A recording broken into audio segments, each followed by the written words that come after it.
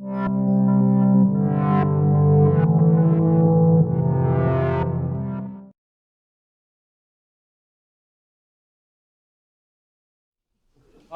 name is Arnold Clifford. I come from Bulbasa, about 18 miles west of Stuart, near the Four Corners area. I do a lot of different things. I do geology, Navajo geology, Navajo Ethno Botany. I also do Southwestern botany, and I also lecture on Navajo history, culture, language, and also Navajo astronomy as well as history. So my angle is I always teach Navajo culture based on trying to incorporate that into science. So this is a typical view of what I do. I carry on a plant press like this out in the field, looking for all types of different types of species. So here's the boundary of the Navajo reservation. And I come way up from there where the Sherpa agency is at, where this line goes all the way up to the top. And there's another line that cuts across, and the Four Corners right in that region. So that's where my home area is from. By studying plants for over 20, 30 years, my colleagues and I from San Juan College, from Northern Iowa State, we ended up publishing a flora. And this is our flora that we published 4 years ago. It's called the Flora of the Four Corners region. A 1,000-page book. Covering an elevation range of from 14,000+ feet to 4,000 feet, 10,000 feet elevation range. Over 2,300 plants in here. So it's a monumental task to accomplish that. And most of this area here was our study area. Half the reservation going all the way up to Utah, Colorado, and parts of Arizona and New Mexico. Right now, I'm trying to work on a flora for the Navajo Nation, and I'm looking probably at 4 different volumes. The first volume, I'm going to cover strictly geology, all the stratigraphy, all the geomorphology, all the structural geology. There's over 100 sedimentary rock layers on the reservation. If you go to Kansas, where I'm going, there's only like 6 layers. You can learn the stratigraphy of Kansas in half a day. And in addition to that, we have over 80, 90 additional rock types, which are metamorphics and igneous rocks. And I'm looking at over 2,000 different plant species. The second volume that I'm going to treat on this is going to deal with Navajo ethnobotany, or esoteric stories about the humpback god, about Big Thunder, about Rainbow, about how the knowledge of plants came about. And then the fourth volume is going to be dealing with dicots, the flowering plants. And then the final volume, the fourth volume, is going to be monocots, which will be grasses, sedges, forbs, orchids. So I have it kind of set up that way. And I'm looking at maybe 5 more years of collecting and then 5 more years of writing. And I'll have this flora out by that time. And the way to approach this is when I was growing up, my grandmother was the one that taught me, really instilled the love of nature, instilled the love of plants in me. And it was through herding sheep every day. When you follow sheep, herding sheep, you watch the sheep and see what they do, see what they eat, see which plants they avoid. All the poisonous ones, the toxic ones that they'll know. Right before we let out our sheep, we would go through the ceremony where we would put all the sheep into a small pen, and we would smoke them out. You get all these herbs. If you're going to go to the mountains and take your sheep up to the high mountains, you would collect every herb that you can find. The poisonous ones, plus the palatable ones, non-palatable ones. You bring them all together, you take a portion of it and kind of dry it, and then you take another portion and you burn that. You smoke out the sheep. The other portion you turn into like a tea. And so while you're smoking out that sheep, the sheep will their nostrils will start much mucus coming out. They'll be coughing, they'll be choking, and so after a while, up in their nasal part of their nose, you have all these spots, parasites. And by doing that naturally with herbs, you can get rid of that. And then whatever's left over, you pour a little bit of that tea into their mouths. Ceremoniously, what you're doing is you're introducing these animals, these sheep and goats, to all the plants that are up there. So by the time they hit the rangelands, they'll know which ones are the toxic ones, the poisonous ones. So that's where my early botanical training started from. And sheep shearing was a very important part of it. This old-time way of shearing sheep. And this is what I teach students as well. I try to teach them all aspects of sheep life. How to shear, how to butcher, how to manage, how to look at different animals and say, all right, that's not going to make a very good ram. This is a better looking animal. I learned about sheep midwifery as well. How to read sheep when they're about to have their young ones. And when I used to run my sheep, I was running like 150 to 200 head. I used to get like 90 lambs, 100 lambs, 98%, 99% every year ratio of success. My neighbors would say, oh, I lost half my lambs. Now get after it. The reason why you're losing your lambs is because you're lazy. You're not out there every 2 hours throughout the whole night. And that's the way to be successful, to be out there. The next is you take it upon yourselves to push yourselves, and you push yourselves to a different limit where you better yourselves all the time. So this is the product of what my grandmother produced from these lambs, from these sheep. She was a weaver. She was an herbalist. And so this is one of her products that she made. This rug is probably almost about the size of this white area of the screen. You can see my brother holding it up with his hands up there. You barely see his feet down here. This one comes from part of what we call Hajjonja, the beauty way chant. It talks about the holy people up in heaven, up in the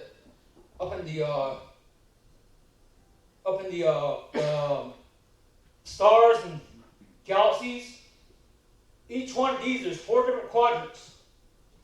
There's all these different constellations that represent the different quadrants. You have the moon that's sitting right here. You have the thunderbird that protects the moon. You have the sun that's right up on top with a coyote standing right in that quadrant. You have Black God who's here. Black God is very important. He's our deity for the heavens, our deity for the stars, for the galaxies, for the planets, for the moons, for the black body. His whole body represents what you see out there in the universe. His whole body is black, which constitutes the black matter, the black body that you see out there. And on that black body, you see all these different constellations that are drawn on his body. There's a lot of constellations out there. There's a lot of stars out there. So all we depict them is with the Pleiades right here on his temple. And he's very important because he's in charge of the fire. He's in charge of the stars, the heaven, big game animal. And also he's one of the main branches of the nightly chant. There's different types of the nightly chant. One of the main branches, there's a main branch that's dedicated to the black god. The black gods were deities that lived up in Mesa Verde. A lot of archaeologists, anthropologists, they say that Navajos aren't related to these ancestral Puebloans. But in our own language, we call them Mihizani, which means our grandmothers. Mihizane, which means our elders. We are very much a part of these ancestral Puebloans. A lot of our cultural, ceremonial beginnings, they start off from different ruins, from different archaeological sites. From Chaco Canyon, Pueblo Bonito, from Hungapobi. You get the lightning way chant, the red ant way chant, part of the bead way chant. The bead way chant comes from Chaco. The Temple of the Sun at Mesa Verde, there's two kivas in there. The Navajo shooting way chant, the Navajo flint way chant came from two different kivas in Mesa Verde.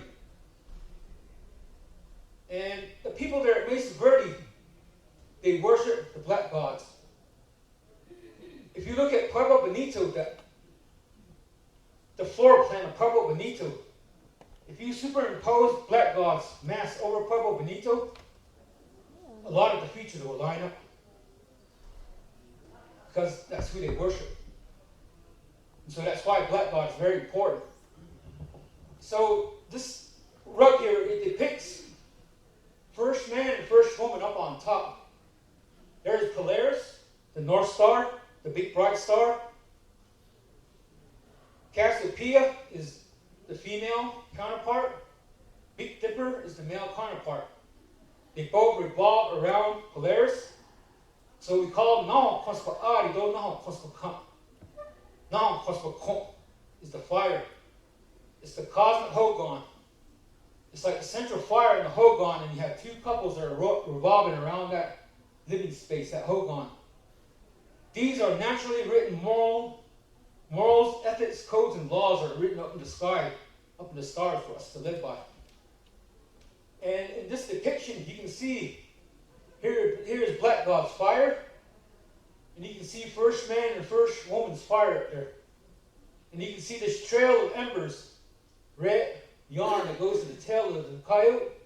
It comes out from the nose and goes to the first man and first woman's fire.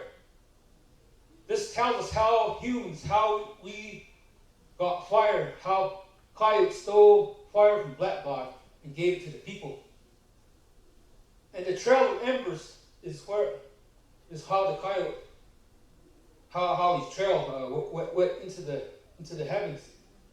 And that's why the coyote has a black tip tail and a black tip nose today. We see that today as one of its qualities. Now these rainbows here, they represent travel, modes of travel. The holy people, that's how they travel.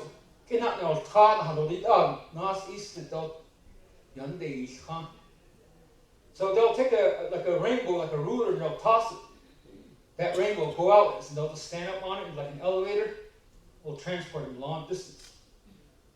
So a lot of this stuff has meaning, has stories associated with them. Very significant stories. And here I am, studying, taking photos. It's getting down to the ground. They're saying, Yat, oh, in the name. Hello there, holy plant people. Yat, Shema, Shema, Nasa, Mother Earth, hello. This is how I greet myself with the plant people before I collect them. I document them. I talk to them. Yat, you introduce yourself. If you're an herbalist, you just don't go out there and collect plants and save it and wait and sit somewhere at the flea market and sell your goods, you know. You don't do that, boss kid.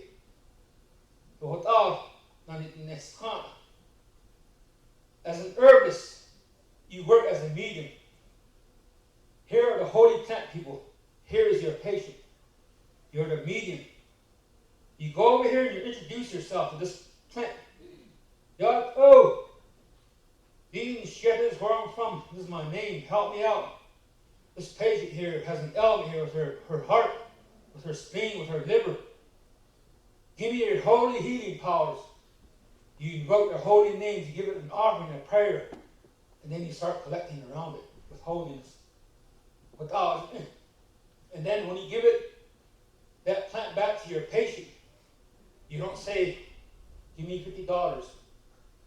You just say, here, whatever you can afford. And it's up to the patient how much they want to heal. If they don't feel like they're going to give you much, then the plant won't really work for them. That's how that thing works on its own. And that's how I preserve these, is through these pressed specimens like this. And here's part of my collection. These are my cabinets. These are unprocessed plants that are still in newspaper. And once I process them, I have them in folders like that. All in alphabetical order, by families, then by genus, and by species. I have a collection of over 24,000 plants at home. 24,000 in my own personal collection. And it covers everything from pretty much the whole Colorado Plateau, the whole southern half of Utah, going to California, Nevada, southern Mexico, southern Arizona, all the way up to the high alpine country of Colorado. So it's a very neat, extensive collection that I have. And it's the only way that I could justify writing my flora, is I have to have voucher specimens in my collection in order to include it into what I'm writing. So this is one of my typical specimens here. This is a group of a large group of plants called Aryogamines, buckwheats. This one I named after my grandmother. So when I discovered this, I named it Aryogamines sarahe. Sarah's wild buckwheat. My grandmother, she taught me the uses of buckwheats. There's all different types of buckwheats that we have. We have over 450 to 500 buckwheats in North America. The leading authority of buckwheats passed away 2 years ago, James Reveal. So right now, we've got a big void in that genus right now, in that family. So it was kind of neat because James Reveal was like the top dog, the top man in Aryogamine. Over 40 years of learning Aryogamines.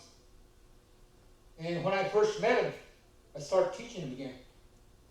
Despite his age, despite all his knowledge, he had to start all over again. Because this time he was learning Navajo Aryogamines.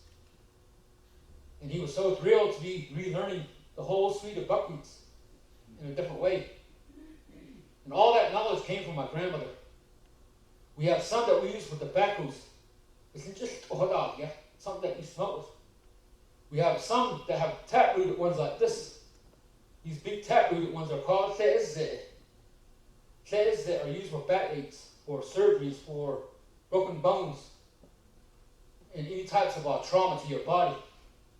So because of that, I named this one after my grandmother when I discovered this one. So here's the labels. That's how I kind of make my typical labels. So isotopes. These are very important to have, isotopes. Holotypes and isotopes. I have 16 isotopes in my collection. These are new species that I find. I'll gather like 10. Here's one sheet. I'll gather 10, 12 sheets worth. One sheet I'll designate and I'll use the whole thing to describe that species. And I'll use it to measure. And these are the representative specimens for that new plant. So I'll probably send one to Harvard, my holotype, maybe an isotype to NAU or Rancho Santa Ana, San Juan College, or UNM, or somewhere else, So these are very important collections to have types like that. Okay, this is one of my drive to date is finding new species. To date, I have co-published 15 new species so far. I have 6 plants that are named after me. One I named after my grandmother. And right now I'm sitting on 20 more new species I have yet to describe and name. Every time I go out, every year I go out, I'm finding new species. And it's a blessing. I know other botanists, you have to have reverence for your science in order to do that. These holy plant people, they know your heart, they know your mind. If you're not reverent about them and you're just joking around and just kind of kicking them out and putting them in your press, all the rare stuff will hide from you. And that's what they say to you in Navajo. If you're collecting, is that if you're not reverent about it, you're just joking around, is that it's on the plants will hide from you because of your lack of reverence. This one here is a plant that I discovered in June 4, 2002 or 2000. And this one was named after me. This is called Senecio Cliffordi, Clifford's groundsel. So I discovered this on June the 4th in the morning. And later on, a couple hours later, I went to another location. I discovered another new species. So this is the one that I named after my grandmother, Aryogamines sarahe. Now, what's very important in studying rare plants, finding these endemics and finding these new species, is knowing the stratigraphy, knowing every rock layer that's out there. You've probably seen rock columns where you have like a rock column that's drawn and you'll have like index fossils. So index fossils only found in this formation. It's a very important time indicator. You can actually have a rock column and have an indicator rare endemic plant species for each layer. Like this one here, I was concentrating on the uppermost outer rock member of the Chinle Formation. And by doing that, I discovered like 6 new species from the outer rock member. So that's the way I concentrate and study my science. All right, this is a plant called Sclerocactus mesa verde. So it's a mesa verde cactus. It's federally listed as threatened. This is just to give you an indication as to how some of these plants are super critical. How even climate change can drastically affect them. In the driest years that was recorded in the year 2002 to 2006 in our area, 80 to 90% of the total population died out across the whole range of its habitat, of its range of the distribution. In one area is 100%. And so that's how critical some of these plants can be. They can respond to like drastic changes very quickly like that. Okay, let's get to the Ethno Botanical part of my presentation. This here is what we call the humpback god. It's a fertility god. They represent fertility, abundance, renewal, springtime. It's a polymorphic entity. It's part desert bighorn, part holy people, part human being, part Rocky Mountain bighorn. Its horns represents and says that it has a lot of power. And its crown, its crown, what it grows on its head, it's a crown of thunder, it's a crown of weather. The horns are depicted in dark blue. And it wears a basket that's inverted, cut in the middle, where it can wear it as a cap, like a crown. It's all painted black all the way around. Then it has a white zigzag line all the way around like that on that basket. On the rim of the baskets are red woodpecker feathers. So when you see an incoming and approaching storm, that storm will be really dark blue, dark gray coming in. And that's what the horns represent. And the basket itself, it represents like you have a cloud here, and you have chain lightning between the clouds.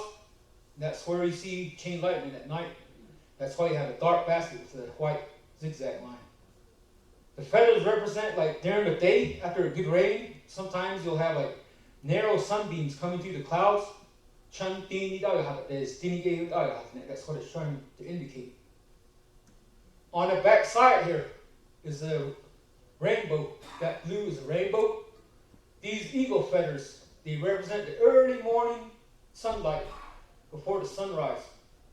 There's a time in the morning that we call the Hokka, when the whole ground appears to turn whitish. It's during that time you'll see these sun rays coming up over the eastern horizon. That's the eagle feathers of talking God as well. So inside that rainbow enclosure, you have the dark color with the white bars. All those, it represents darkness, dark clouds again. The white bars represents atmospheric precipitation. All types of atmospheric stuff like male rain, female rain, hail, sleet, dew, snow, mist. So all that is incorporated into that bag. And then also within that bag are all these native plant seeds that you see. All the flowering plants, all the grasses, all the shrubs, all the trees. It's all inside that bag. So during the coldest parts of winter, when you get extensive cover of fog,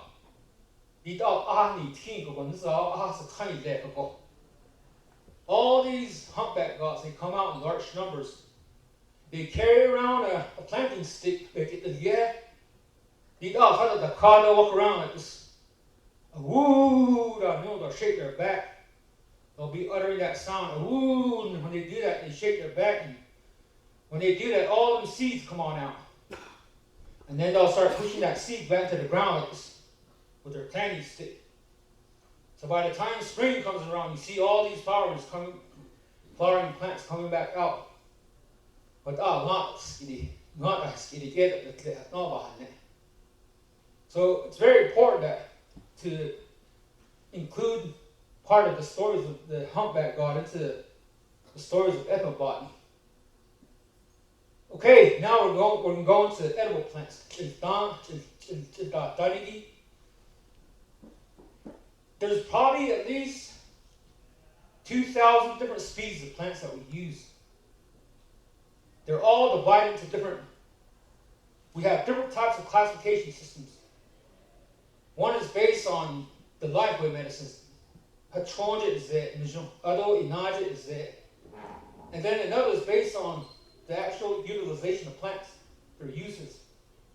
So I'm going to cover a few edibles, a few medicinals, a few ceremonials, and it gets way expensive, way overwhelming for people if I throw in way too many slides. So we'll start off with this one here.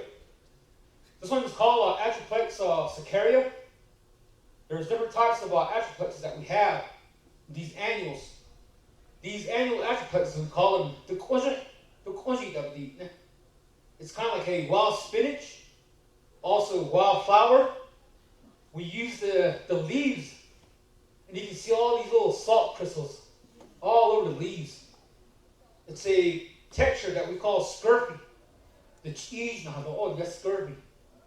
So if you're getting tired of calling your buddy cheesy, and you want to be original, call him scurfy or something, no? And they all cheesy like the surface of this. So they're halophytes, salt-loving plants. They concentrate a lot of different salts in their stems, their leaves, and their floral parts. And we boil the leaves 10, 15 minutes. And lo and behold, you got wild spinach here. Each one has a different salty taste to them. And then the flowering, the inflorescence, the flowering portion, this is the plant in all its flowering glory. With the beautiful petals. So those are stripped. And then you can dry them out or you can cook them a little bit. And once they're cooked, you can pulverize them, grind them, make flour out of them. You can make like cookies, crackers, or bread out of that. So that's an edible plant. And then we have lilies. This one's called Calochortus aureus. So even the Latin names are very descriptive. Kalos meaning beautiful, cordus meaning grass-like, aureus meaning golden. So it's a beautiful grass-like plant that's golden. Perfect description for it. These in Navajo, we call these achintan. If you dig down maybe about 4 inches down into the ground, you'll find like a bulb on there, like a whitish bulb. Clean that off and pop it in your mouth, and they almost taste like peanuts. Kind of sweet. So these are edible. Achintan means kids' food. So kids will go around digging these up during the springtime and eat these for their snacks. Then we have onions, different species of onions. This one's called Allium macropetalum. Meaning grass, chin meaning smelly, smelly grass. Several different species. There's one that grows in the mountain called Goggy, kind of like a reddish one. It has one called Allium cernum that's not edible, that we don't eat. The heads on them, the flowering heads are kind of nodding like that. And we call that crow's onion. We use it for a diet plant though. And then here's just to make a comparison. If you're collecting onions for edible food, make sure the base of it has an onion smell. Make sure the leaves has an onion smell. Make sure the flowers has an onion smell. This is one that's very toxic that belongs in that group as well. This one's called, in the newer nomenclature, they call it Anticlea. But I still use the older names like Zygodanus, Paniculatus is the name of this one. So this is a meadow death camas. Ascini, Ascini are the ones that are toxic and poisonous. And they have a bulb like onion, but it doesn't have that onion smell. You eat 2 of these, 3 of these, and goodbye, you know, that's the end of your days. Very, very toxic. Okay, this one here is called Samopteris bulbosa, plains biscuit root. It has kind of like some have whitish flowers in the involucral. These cups of flowers are called involucral. So some are like maroonish purple, and the leaves are kind of like grayish blue. You have to dig down like about a foot, and you'll get like a big old tuberous root, like a carrot. This is what we call Navajo carrots. Chansh edgy, you have to make that show. Chansh edgy. It means a plant that grows and thrives in the darkness. And so it's very edible. And also, if you get a lot of that, the tuberous root, the edible root, you can save all the bark on the outside of that tuberous root. That bark you can save, and you can use it as a dye plant. You can get like a yellowish green, yellowish brown type of dye off that outer lining of it. And then once these mature, you'll have the fruiting wing fruits on them. Those are also edible. You can just pick them right off the top of the plant and eat them that way. As I said, I don't have to eat it. It's a medicinal treat that we have. Okay, we have for beverage is Thelosperma megapotamicum, Navajo tea, green leaf tea, Hopi tea. There's actually 2 different species that we use. This is the one that everybody uses for the most part. They have what we call disc flowers. It doesn't have any of the ray flowers. It just has nothing but disc flowers. Very narrow leaves. And the other one has broader leaves with disc flowers on them. And they taste about the same. We also use this as medicine. If you're feeling sick and down, you can drink this and it'll pep you back up. We also use it as a dye plant, creating anywhere between yellow, orange, and yellowish brown colored dyes off of this. Okay, then we have Indian rice grass. And for the more politically correct Native American rice grass, Oryzopsis hymenaoides is the name of this one. Nditlidi, no name. It means something that you reparch, you kind of cook again. So you take off the top, the floret, and start pulling them out this way. And then you kind of parch it to burn off all the little pedicels where these little florets are at. And then you can grind it, make flour out of it, and same thing. Most of the grasses are edible. Most of the grass species that we have on the reservation are edible. There's another up-close photo. And it's kind of neat because these little brown individual seeds, you can pick them right off the plant and just eat them like that, fresh out of the field too. When I was herding sheep, I used to do that. Just, eat them like sunflower seeds. Okay, Rus aromatica, variety trilobeta. Chin was the fruit. The shrub. The fruit is edible. These red berries, August July and August, you pick them. Once they turn maroonish brown, maroonish red, dry them out, crush them, cook them, boil them, reduce it, make it into a paste and porridge, and they're edible. Very tart, very tasty. Very, very good treat. The stems on these are also used. They're very flexible. Stems are used to make baskets, wedding baskets. And so and then also the stems, the roots are, you can actually use that as when you shave it, you put it into like a solution with your wool, and it can be used as a mordant to set your dyes. So it has a lot of different uses. Puntias, different species of puntias. Then you have the puntia fruits, these reddish fruits. It's you got to be very careful when you pick these fruits. These little whitish glocky spines. You know, I'd rather be poked by one of these big ones. You know, any day I get poked by one of these, but you grab one of these, you can have like 500 to 1,000 spines in your hands. And so, the way to pick them is you have to have a fork thing like this and pick them out. And then you would use this plant here. See the grayish leaves of them? You would use that to rub off all the blocked spines. Big pushbay joy, which means the plant that you use to brush off all the spines. Then we have fishhook cactus. These are edible, emergency food. Then you can also make fishing hooks out of it. Tie them together like that. Okay, right here, let me end my talk with this one. This is a very neat old design sand painting rug. This is from the Big Star chant. This is our Navajo proof that our holy people, our Navajo people, have gone into space thousands and thousands of years before NASA. And the color scheme that we came out of, coming back from space, not only the color scheme, but the scheme of the stars, it's incorporated into this story here.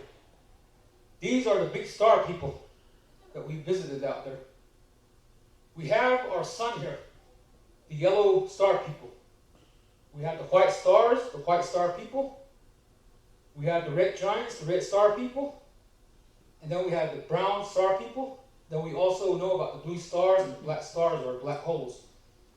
So this tells a story about how our people went out there into space, learning about all the different aspects of space. And because of that, I took it as an inspiration to study stars, to study how the different galaxies move about in the heavens. One of the things that I did is, based on our traditional stories, we're always been told that the central mountain we have 4 mountains around us. Then we have one other mountain called Gobernador Mountain. And so I took a line with my colleague from the western mountain to the eastern mountain, straight line.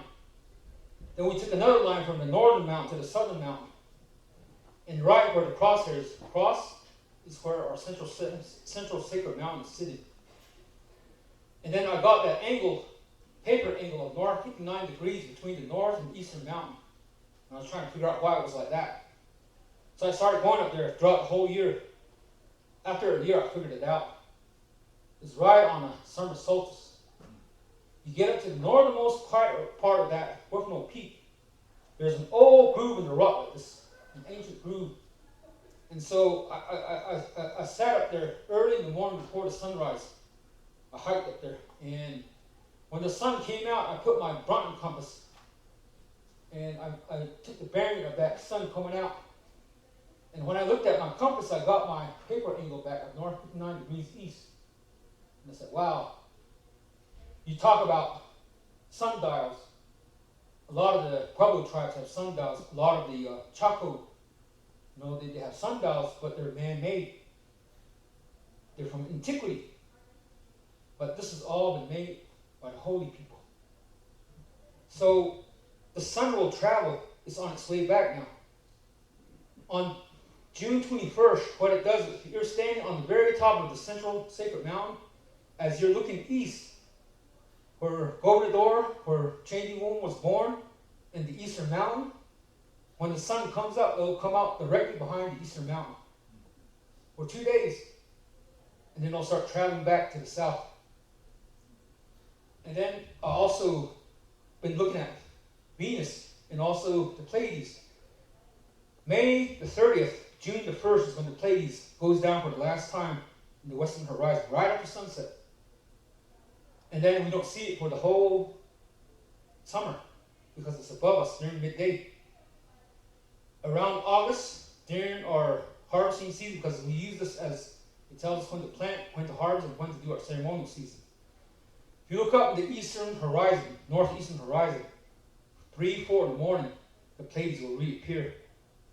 And then they'll start going southward slowly, slowly. And every night it's going to start rising earlier. So by the time the winter solstice comes around, if you're on top of the Tiznaotisi, the very central part of the Navajo skiing world, when you're standing on that central mountain during the winter solstice on December 21st, right after sunset, you're going to see the Pleiades go down right behind the eastern mountain again. So not only is it a solar dial, but it's also a cosmic dial. All this based on many years of research that I've been doing. And right now I'm doing all these equinox and looking at all the equinox stations. And it's kind of neat because during the winter solstice when the Pleiades comes on out, we call it the yeah, an hour and a half, and we'll have so much where all the stars converge at one point with one star that comes out. Hour and a half again, you'll have Orion come on out. It's also the first skinny one. So by the time midnight comes around, Orion's belt is right above us. And if you look at the central sacred mountain, Buffalo Peak, you look at Governor Nod, and then the eastern sacred mountain, they all fall along that line. They're equidistant from each other. The central star is slightly off center to the south. That is our representation of Orion's belt on Earth. No, at midnight, that Orion's belt will sit right over the mountains like that. So I do a lot of things like that. I study not only plants, but I study the whole constellation, stars, and things like that. And I teach kids about it. And the way we learned about stars is we used to make your fingers like this, This would be a constellation, that's another constellation. And we measure. So if you look at the Big Dipper, you'll always know, no matter what orientation the Big Dipper is at, you'll always know where the North Star is at. You'll always know where the Pleiades is at. Just based on how it's oriented. If you take the top part of that dipper like this with a tail, so that dipper is like this. You go at the end, you go 1, 2, 3, 4, and you'll find the Pleiades. And then 90 degrees, you'll find Orion's belt. And it's kind of neat because one of the things that I was looking at is the tail of the Big Dipper. In the past, when the big star chant was given to us, Mother Earth and Father Sky sand painting, the Big Dipper's tail was straight. There's a story about how they went on a journey and it broke its leg and it healed right and it turned out like this. That's why the Big Dipper's leg is bent. So what we did is when we reversed the image of the Big Dipper on a modern day program on stars, so when we reversed that image to where the Big Dipper's tail straightened back out, it was about 1800 to 2000 BC. So that was when the big star chant was given to us Navajos. So I'm looking at all these little evidence to try to say that we've always been here. I'm actually, in a way, trying to challenge the archaeological way of thinking. So, but that's the way I approach it, is to interdisciplinary, multidisciplinary science. And so I just like to thank you for that. Thank you for listening to me, and thank you for inviting me. And John, it's always good to meet new people. Thank you.